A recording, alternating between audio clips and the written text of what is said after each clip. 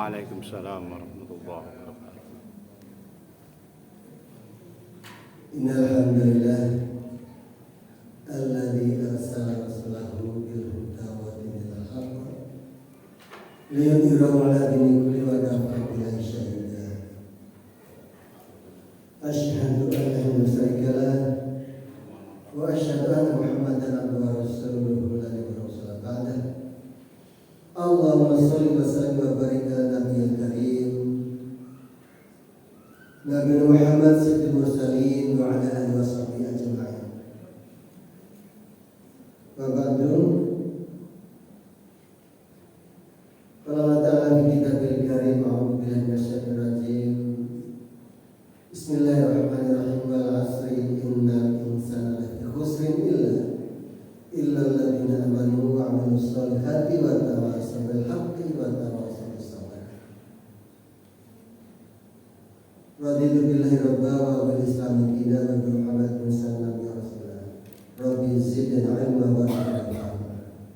Allahumma anta rabbi la ilaha khalaqtani wa ana 'abduka wa la ilaha wa bika mustaqim.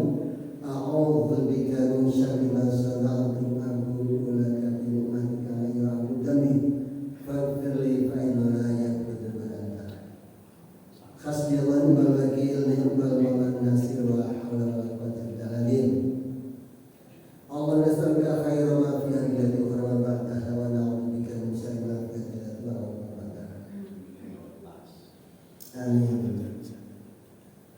Jamaah sekalian rahimakumullah, puji syukur kita panjatkan kepada Ta'ala. Kebersyukuran kula panjenengan ini berbagai wujud bahwasanya Allah senantiasa bersama kita. Apapun yang kita temukan, apapun yang kita temui dan kita lakukan ini, ikhlas karena Allah adalah takdir Allah Ta'ala. Panjenengan saudara niki Bapak Ibu dan saudara sekalian ditakdirkan Allah Ta'ala bisa hadir berjamaah sholat maghrib di masjid ini, dilanjutkan dengan kajian.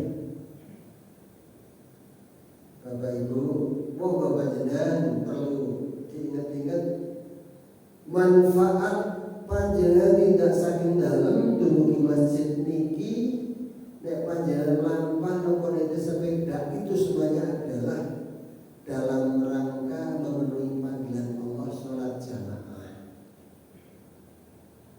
Bukan sholat jamaah niku pindah mawon berjalan menuju masjid sudah berpahala. Sudah berpahala. Pahalanya banyak selain dihitung oleh malaikat semakin jauh semakin banyak pahalanya. Juga panjenengan niatkan sebagai tamu Allah. Panjenengan ke masjid karena belum ada adzan, sholat 2 rakaat dengan bermustani tahiyatul masjid, yakni penghormatan terhadap masjid rumah Allah. Setelah tadi dikumandangkan, panjenengan berdoa yang Allah berjanji nanti Nabi Muhammad SAW akan memberi syafaat kepada keluarga kami. Allah marbahnya utama salat iman dan seterusnya. Selesai itu masih ada waktu untuk iqamah. Kula panjenengan sami dituntun untuk sholat qobliyah maghrib 2 rakaat sebelum wajib maghrib. Sing sapa wonge dalem Nabi dalam sehari semalam melakukan sholat qobliyah dan ba'diyah dan sholat rawatib, itu dibangunkan istana di jannah minimal 12 rakaat sehari semalam. 2 rakaat saderengipun subuh, 4 rakaat saderengipun zuhur, 2 rakaat sasampunipun zuhur, 2 rakaat sasampunipun maghrib, lan 2 rakaat sasampunipun isya. Kanjeng Nabi ini punya sholat-sholat sehari semalam itu tidak kurang dari 40 rakaat. Itulah ditambah 11 ditambah 12. Nah, kula panjenengan bisa tambah lagi untuk tahiyatul masjid, untuk sholat duha, sunatul wudu. Masih ada lagi mungkin wonten salat sunat yang lain. Jadi Nabi dawuh, aksirul salat, perbanyaklah salat. Aksirul sujud, perbanyaklah sujud. Karena setiap salat, setiap sujud itu akan mengurangi dosa kalian. Terus ternyata salat itu juga untuk mengurangi dosa Bapak Ibu sekalian. Nah, nek salat tiba salat keblian ngenteni koman. Ojo sampai lali panjenengan donga di basa Jawa oleh basa Arab sesuai Quran dan hadis oleh. Cuman aturan berdoa Rasulullah itu sudah menuntut. Kayak bahasa Arab, alhamdulillahirabbil alamin hamdan katsiran hamdan yuwafi ni'amahu wa yukafi mazidah ya rabbana lakal hamdu kama yanbaghi li jalali qiratil Allahumma shalli ala Muhammad wa ala Allahumma ighfirli walidayya. Syaratnya apa? Pertama kali ucapkan hamdalah. Bapak Ibu, sing kapal kok dibantu ya. Pertama kali ucapkan hamdalah. Alhamdulillahirabbil. Terus kemudian sebut Asmaul Husna, ya Allah ya Arhamar Rahimin, ya Dzal Jalali Ikram. Sing panjenengan ngeling apa? Ya Allah ya Rahman ya Rahim boleh. Terus kemudian salawat, Allahumma shalli ala Muhammad wa ala Muhammad. Baru nyuwun, ya Allah untuk kula niku saniki lebih kurang sehat, panjenengan paringi kesehatan ya Allah.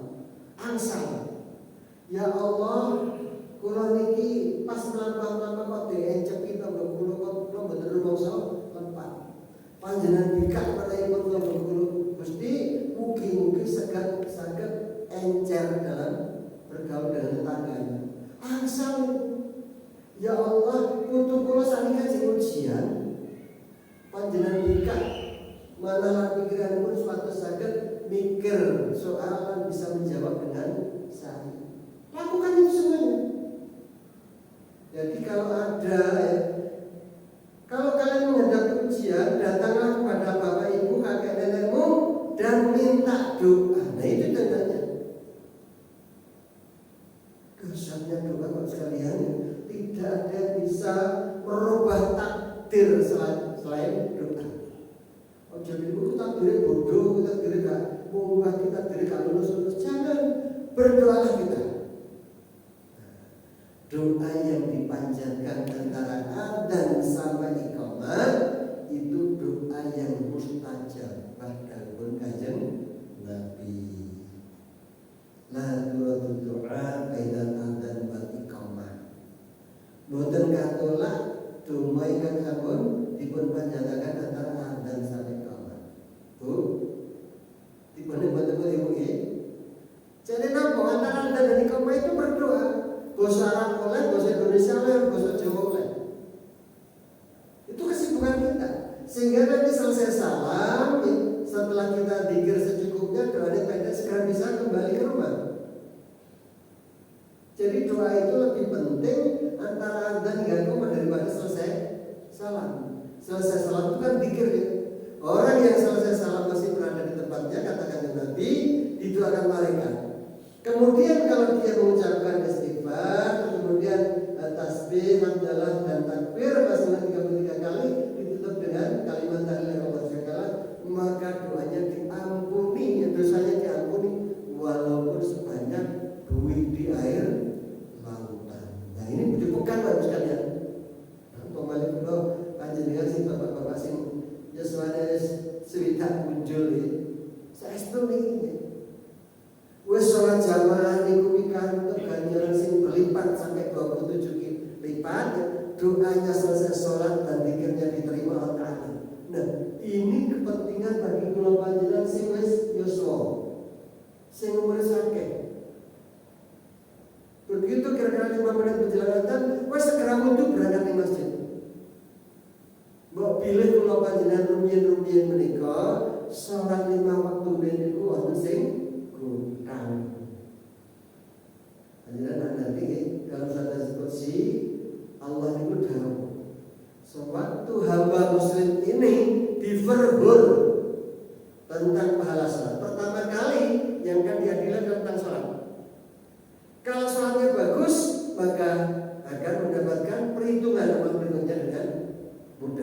Tetapi kalau amalnya buruk, sholatnya buruk, maka Allah masih memberikan mereka.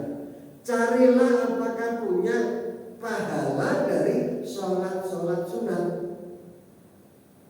Nah, kalau tidak ada pahala yang menutup untuk kekurangan sholat itu, maka rugilah kita. Jadi makanya Bapak Ibu jangan lupa kalau panjenengan selain sholat 5 waktu berjamaah juga sholat sunat juga dzikir di luar.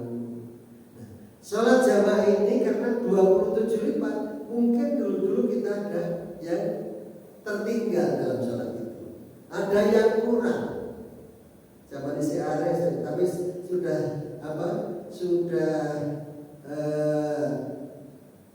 maksudnya sudah mempertanggungjawabkan balik. Balik itu berarti sudah mempertanggungan perbuatan masing-masing. Wis gak duwe dosa.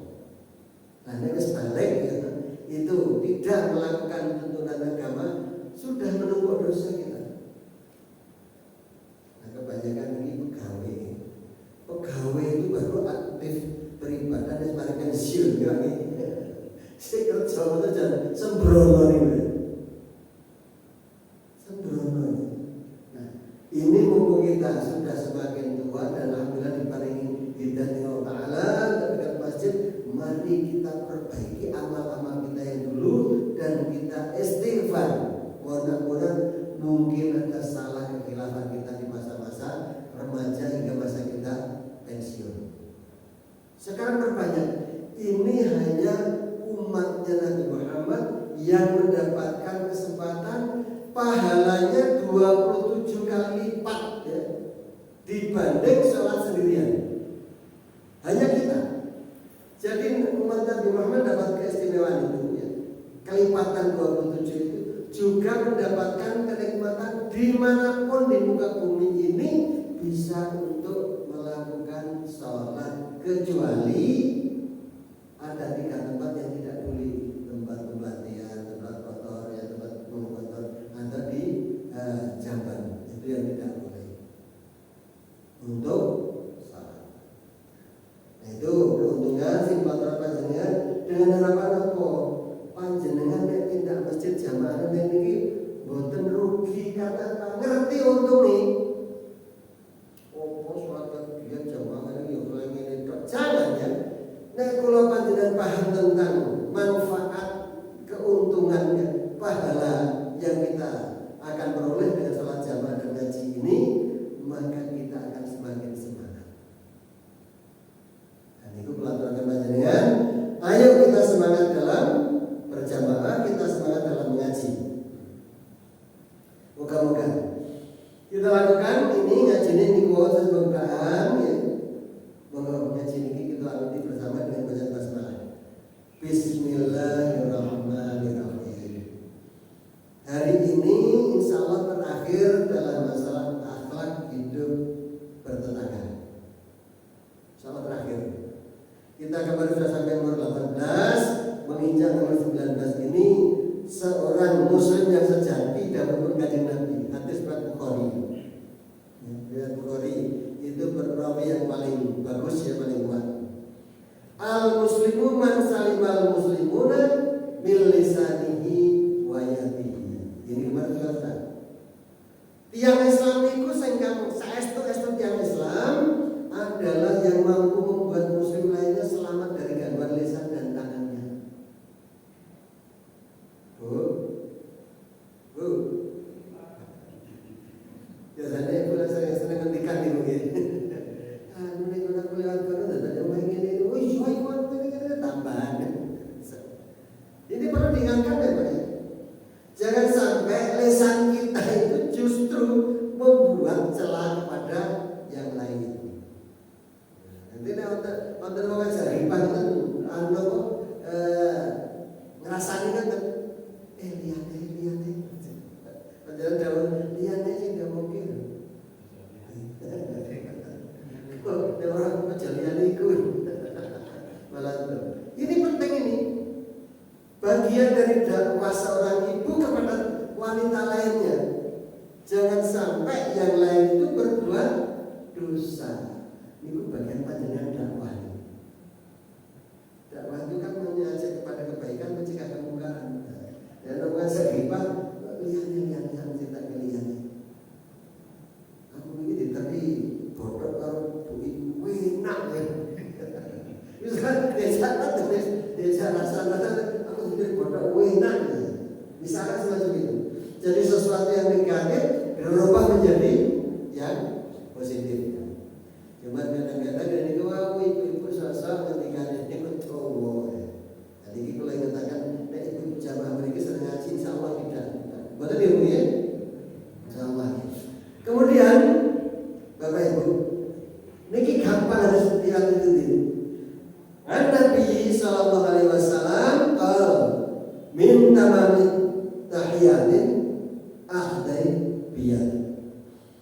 Dari Abdullah bin Mas'ud radhiyallahu bertanya, Rasul bersabda, di antara bentuk penghormatan yang paling sempurna adalah bersalaman. Ada sesuatu yang sederhana kita itu memiliki ilmunya tapi tidak melaksanakan. Nomor 2, ucapkan salam. Kanjeng Nabi dawuh, orang yang pertama kali mengucapkan salam itu pahalanya lebih besar. Kalau Assalamualaikum pahalanya 10. Assalamualaikum warahmatullahi pahalanya 20. Assalamualaikum warahmatullahi wabarakatuh pahalanya 30. Kalau kita mengucapkan salam dengan sempurna, kata Rasulullah, pahalanya sampai ambil semua sudah itu. Nah, ketemu dengan saudara kita sesama muslim, ojo dit-pedit kula panjenengan mengucapkan salam ini. Ini Bapak Ibu ya, dilakukan ini. Kadang-kadang saya praktekkan ya. Sama teman-teman jamaah ini tidak apa-apa, panjenengan ketemu, Assalamualaikum warahmatullahi wabarakatuh, langsung salaman. Itu kan tuntunan Kanjeng Nabi. Ya silahkan kami lanjutkan waktu kelewatan ya. Tuntunan Kanjeng Nabi yang mengucapkan salam terlebih dahulu itu lebih besar pahalanya. Yang mendengarkan ucapan salam wajib hukumnya untuk menjawab, walaupun boleh mari tukaran. Jadi kalau sudah ucapkan salam itu berarti sudah damai, tidak ada tukaran lagi.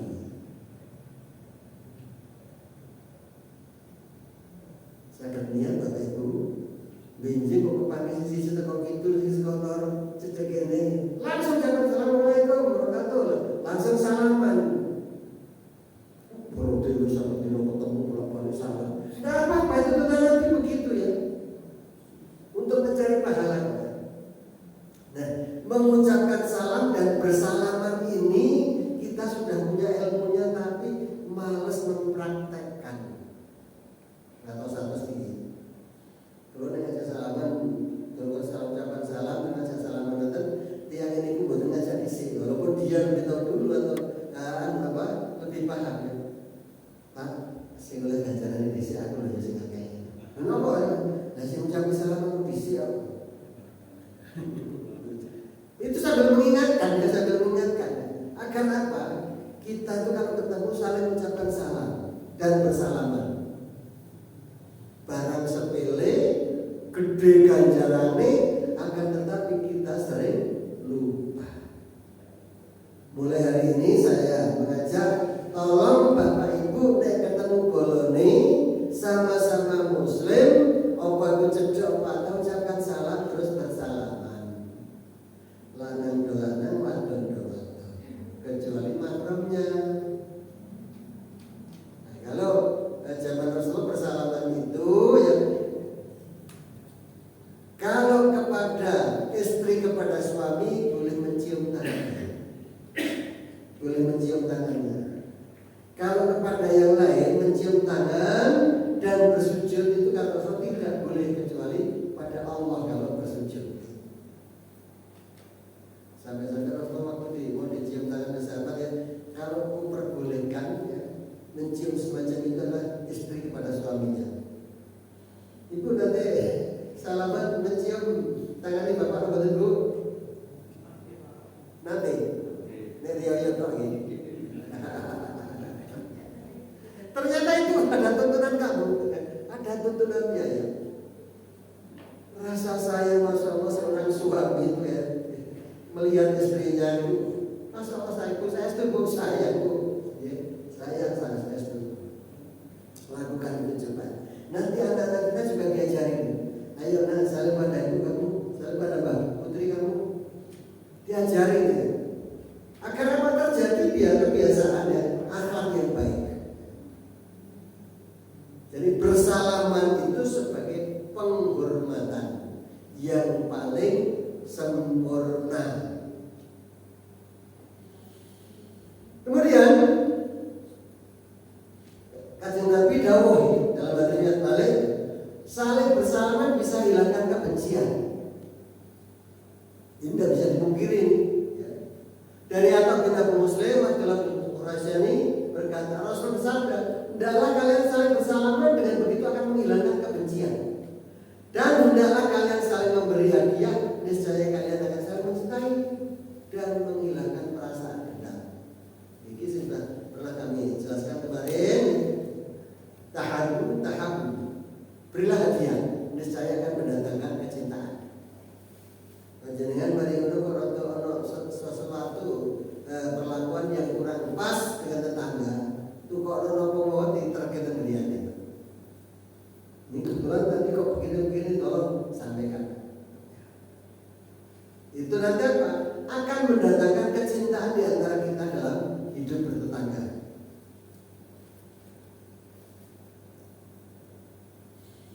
Ingat, walaupun tetangga juga bersalaman, jangan kalau satu di rumah ketemu tak belum salaman. Ya. Udah di masjid, itu kan bareng, assalamualaikum, waalaikumsalam, bersalaman, assalamualaikum, ya apa kabar mas? Alhamdulillah saya. Anjuran bersedia pada tetangga. Laisa minal ladzi yasba'u wajahu jami'un ila jambi. Bukan mukmin orang yang kenyang perutnya sedang tetangga sebelahnya kelaparan. Nah ini Bapak Ibu sekalian, coba kalau panjenengan sering melirik tetangga kita. Adakah tetangga kita itu yang membutuhkan bantuan secara ekonomis dari kita? Takmir masjid itu juga perlu ini. Takmir masjid juga perlu melirik warga di sekitar masjid ini, adakah mereka yang secara kebendaan memang kurang. Jadi kalau di mana Jogokaryan Jogja itu tadinya hanya kanan kiri, terus kemudian sekarang sudah mencakup beberapa RW. Takmir bekerja sama dengan RW, sing masuk kelas di bawah kemiskinan siapa tadi pada RW. Itu kan menonton datanya dengan RW ini. Terus kemudian apa? Diberi undangan untuk ikut datang jamaah subuh. Biasanya Ahad pagi. Undangan ditulis ya, sebagai jamaah apa? Undangan sholat subuh berjamaah, dilanjutkan pengajian, di bawah ditulis undangan ini nanti bisa ditukarkan dengan sembako. Dapat beras 5 kilo, minyak goreng 1 kilo, dan seterusnya. Lama-lama Bapak sekalian, masjid itu menjadi sangat makmur. Ini pesannya dari takmir sana, jangan sampai kita takmir masjid itu dananya berlimpah malah ditaruh di bank. Itu artinya apa? Memperkaya 9 harga. Yang punya bank kan 9 harga rata-rata. Mestinya bisa dimanfaatkan untuk kemakmuran masjid dan jamaah sekitarnya. Nah, Jogokaryan malah menyampaikan, janganlah kita merasa masjid menjadi hebat, tangguh kalau menurun itu paling dulu. Apa guna membangun masjid yang megah tapi jamaahnya tidak ada? Ini pertanyaan takmir Masjid Jogokaryan. Kalau pentikon tentang beliau mereka itu, Bapak, masya Allah, ini jenis kotak itu gak ada kotak lubang cilik itu nih, amplop gede masuk ya. Saya niku. Carane napa ya piye niku disane takmir niku kok brilian, otaknya itu encer ngene.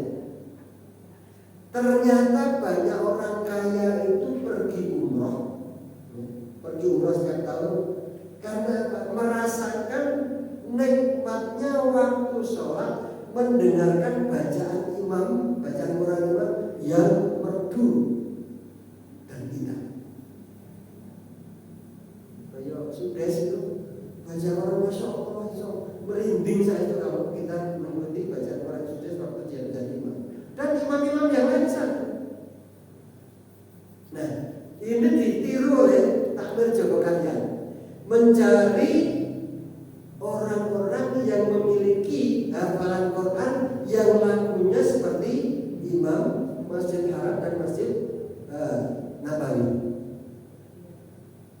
Ternyata di situ mangsa, sehingga jamaahnya makin lama makin bagus. Terus kemudian makin karena bacaannya kan sama dengan Arab Saudi ya, maka di Makkah dan di Madinah. Terus kemudian kotaknya itu diberi saran, Pak, kotak itu lubangnya untuk ombo.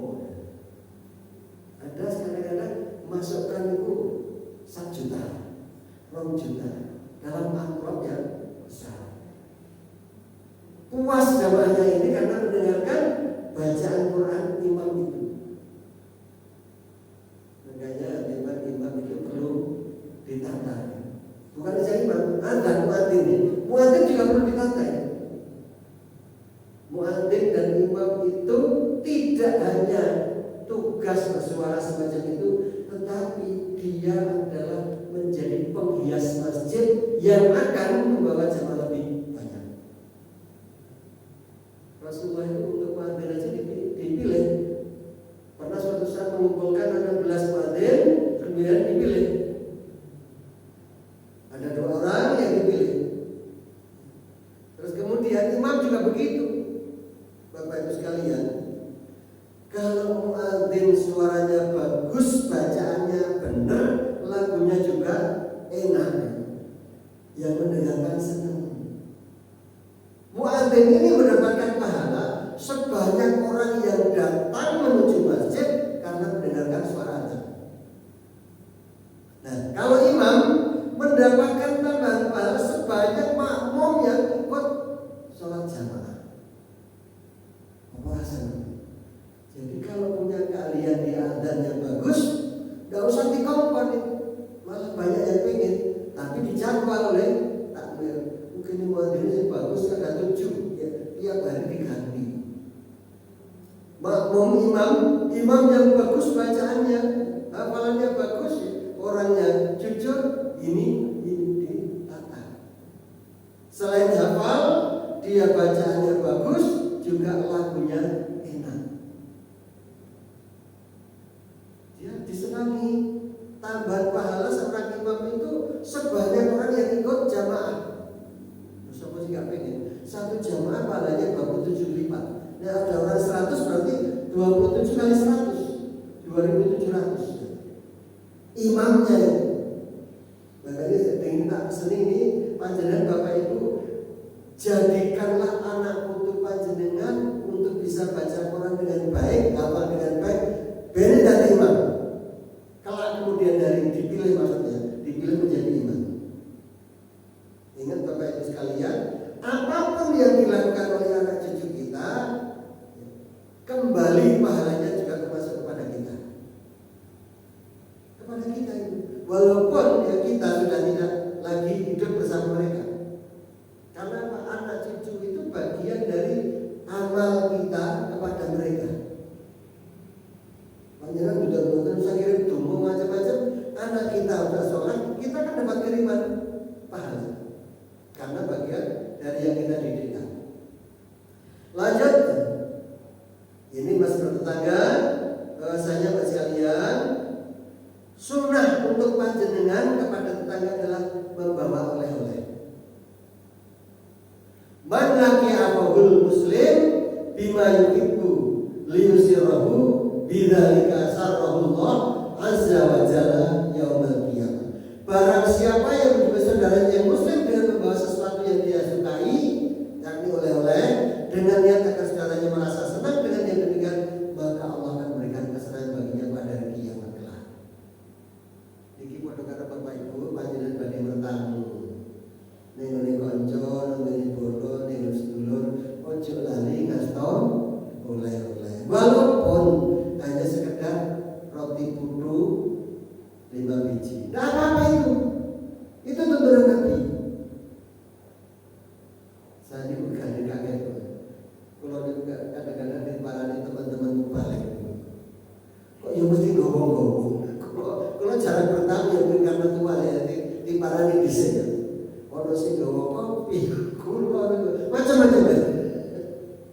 Kalau wingi kula kantor tamu profesor dari UIN, kali satu orang CNN. Tadi pagi dapat tamu sama teman-teman. Kabeh kok yo gowo. Ya suka jadi dikabari teman-teman. Maksud tapi itu aja tidak mungkin. Nah itu tentang Islam. Kalau kita datang bertandang kepada saudara, kepada tetangga, itu bawalah oleh-oleh yang disukai. Misalkan semacam roti bungkus, roti bolu, terserah panjenengan, namun sedikit tidak apa-apa. Itu untuk tetangga. Ibu nggih. Ya tentang betul pikir cerewet ngoten iki penak niku. Kalau dia ngajari nek ada tonggo sing kita itu menentang kepada apa yang kita sampaikan. Dia punya cucu paling penak niku.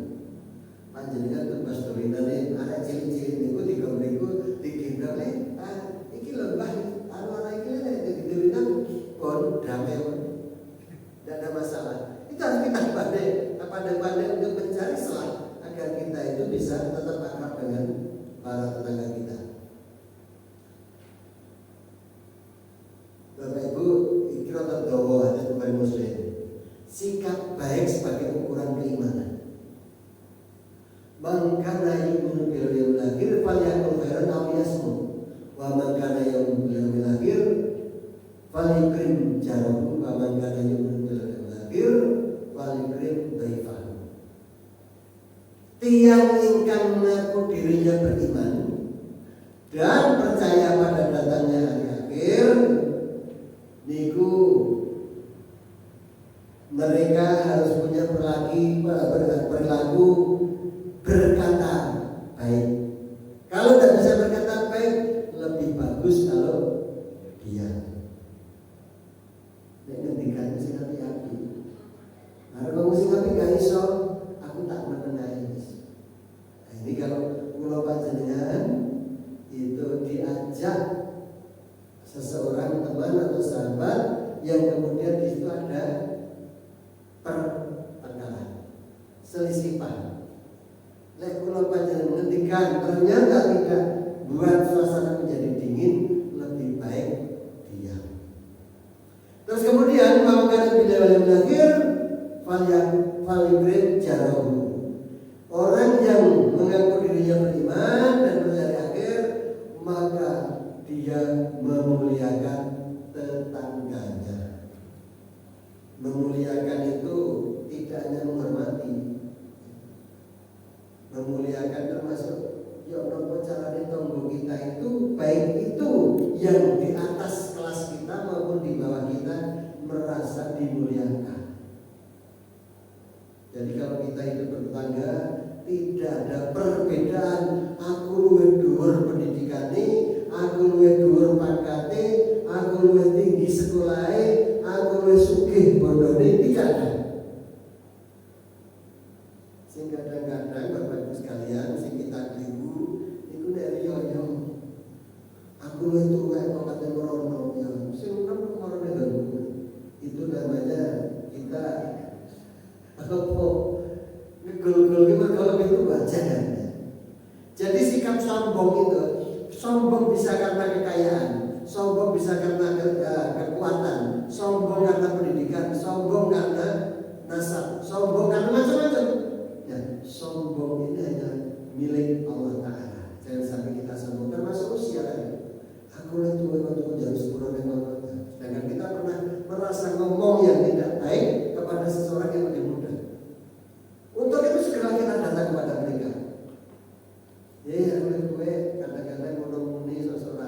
beneran yang sepuro ya ya Mas ya. Oh nggih Pak matur sami-sami kula nyuwun ngapunten. Lebih baik begitu. Kalau ada masalah dunia selesaikan pada saat kita sebelum dipanggil menghadap Allah Ta'ala. Jangan kalian melihat perbedaan di urusan dunia ini. Wa man kana yu'minu bil yaumil akhir fal yukrim dhaifahu. Nah ini, dan barang siapa mengaku beriman kepada Allah dan hari akhir, maka muliakanlah tamu-tamunya.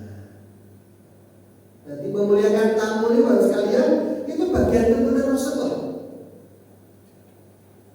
Siapapun dia, apakah tamunya itu lebih kaya dari kita, lebih tinggi dari kita, atau di bawah kita, itu harus tetap kita muliakan. Tidak melihat kondisi kebendaan waktu hidup di dunia. Iku lemarat menurut tetap jalur hormati. Enggak, jangan.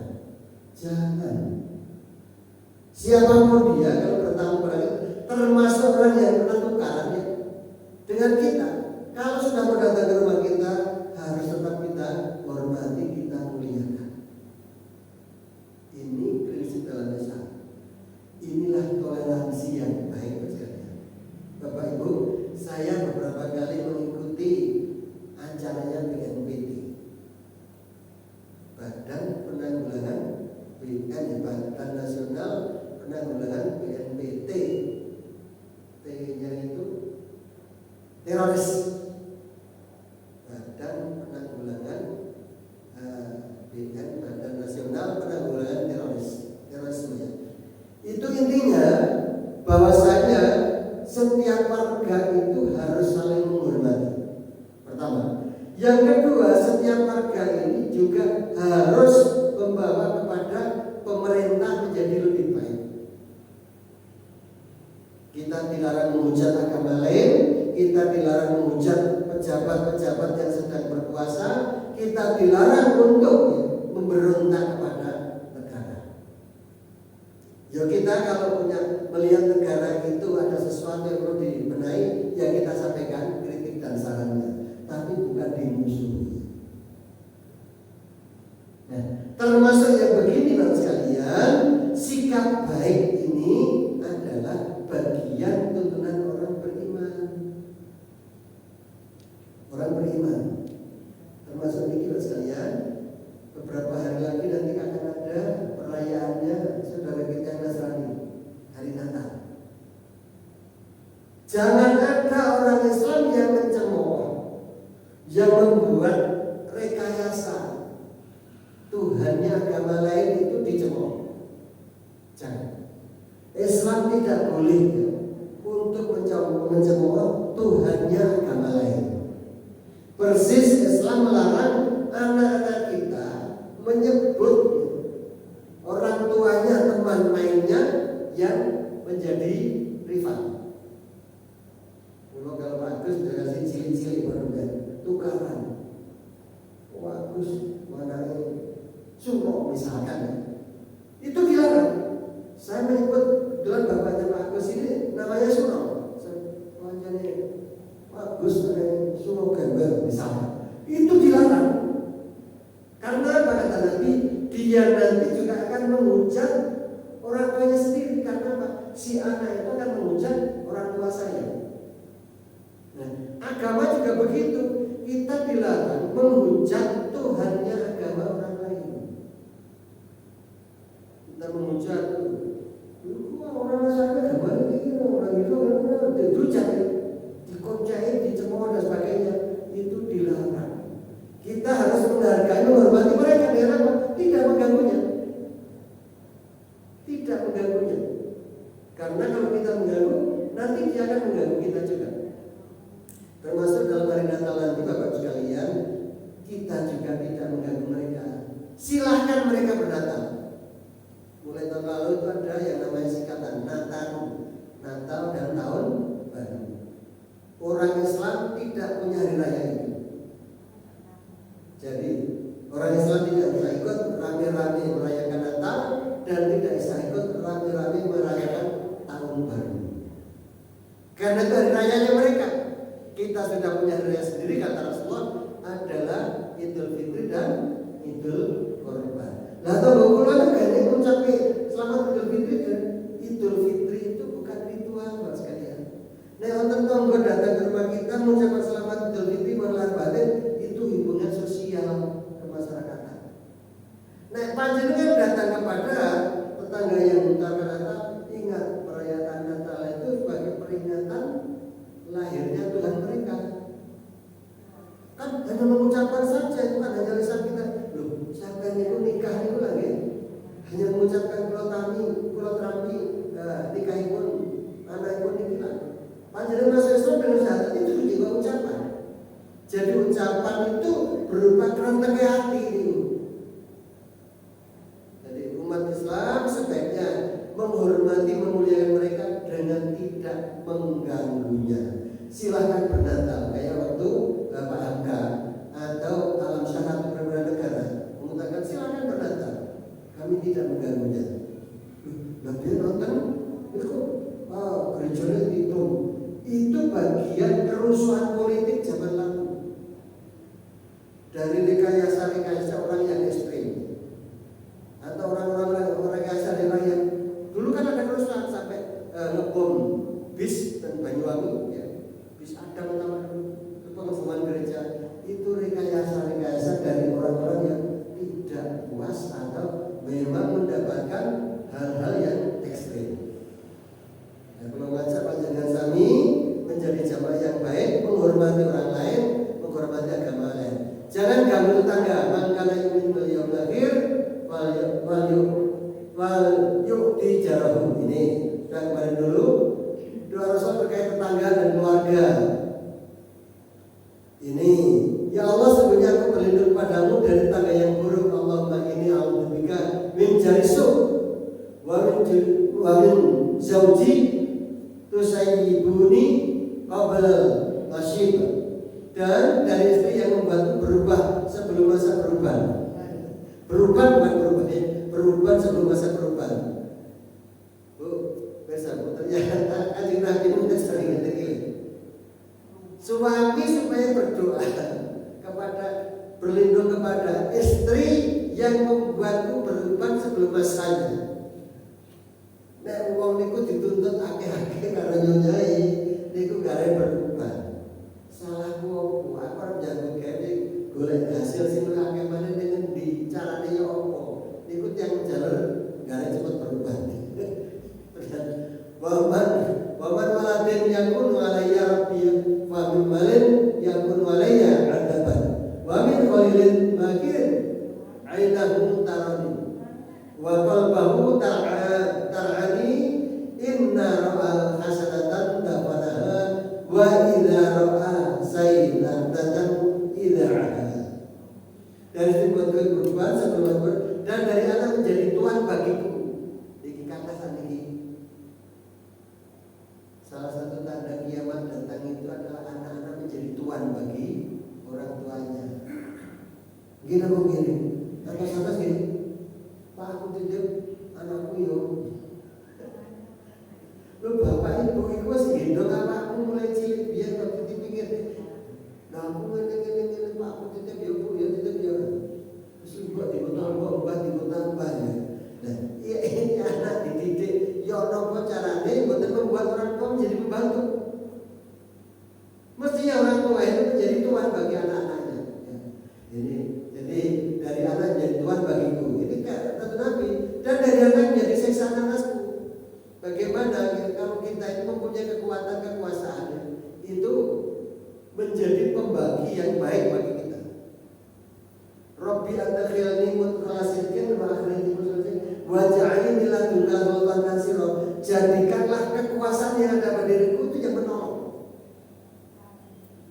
Bisa kan? Jadi apa yang kita miliki menjadi kekuasaan yang menolong kita. Menolong apa? Dalam menuju kebaikan, mencegah kemungkaran. Itu doa Rasul dalam Al-Quran surah Insya Allah surah Israel ayat 79 insyaallah ya.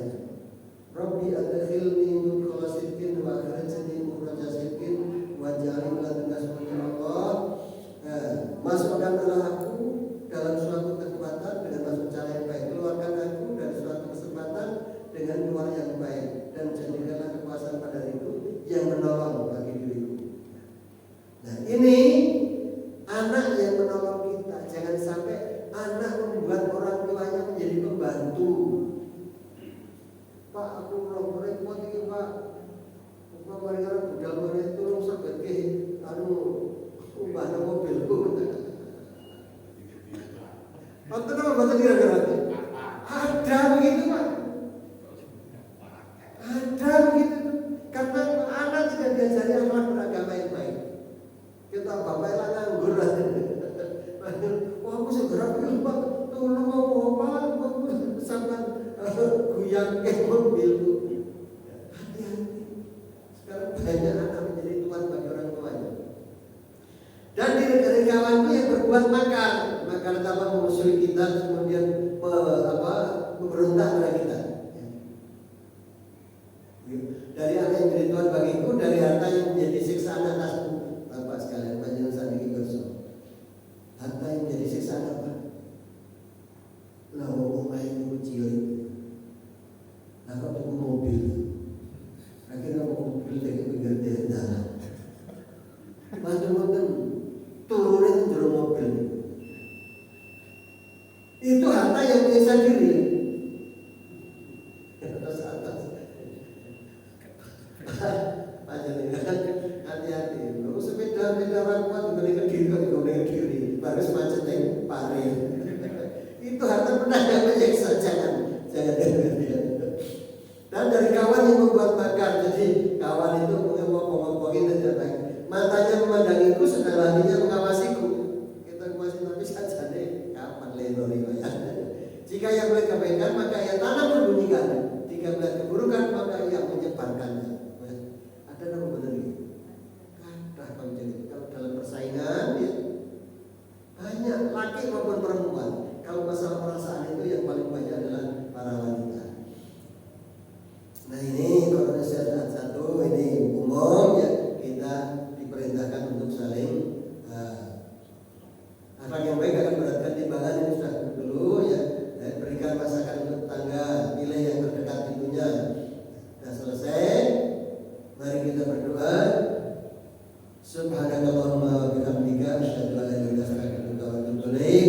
Walhamdulillahirabbil orang yang pada suatu majlis itu menutup doa dengan kalau majlis macam itu, maka diampunkan baginya salam-salam yang ada di dalam majlis tadi. Mudah-mudahan itu apa yang disampaikan kurang lebih yang menerangkan. Bila diberi Assalamualaikum warahmatullahi wabarakatuh. Waalaikumsalam warahmatullahi wabarakatuh.